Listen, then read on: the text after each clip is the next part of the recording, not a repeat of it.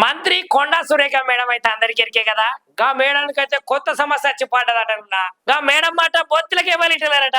ఇక pollution control board ఏదైతే ఉన్నదో గా అధికారులు అయితే నన్ను లెక్కనే చేస్తలేరని మంత్రి కొండా సురేఖ మేడం అయితే ఆవేదన తెలుపుకుంటా అక్కడ ఉన్నటువంటి అధికారుల మీదనైతే సీఎం రేవంత్ రెడ్డి సార్కి అయితే ఫిర్యాదు చేసిందట కొండా సురేఖ మేడం. ఇక Telangana pollution control board PCB అధికారులను అయితే నాకు కనీసము ఒక్క ముచ్చట కూడా నిలవనీయకుండా చేస్తున్నారు. నేను ఏదైనా సమావేశం పెడితే ఆ సమావేశానికి కూడా వాళ్ళు అస్సలకే వస్తలేరు. ఇక ఈ అధికారులు రావట్లేదని మేడం అయితే స్పష్టంగా మాట్లాడిందట లేఖల. నేనైతే ఒక మంత్రిని, ఇక నా దృష్టికి కూడా ఆ సమస్యలను కూడా తీసుకురాకుండా వాళ్ళకు వాళ్ళే చేస్తున్నారు.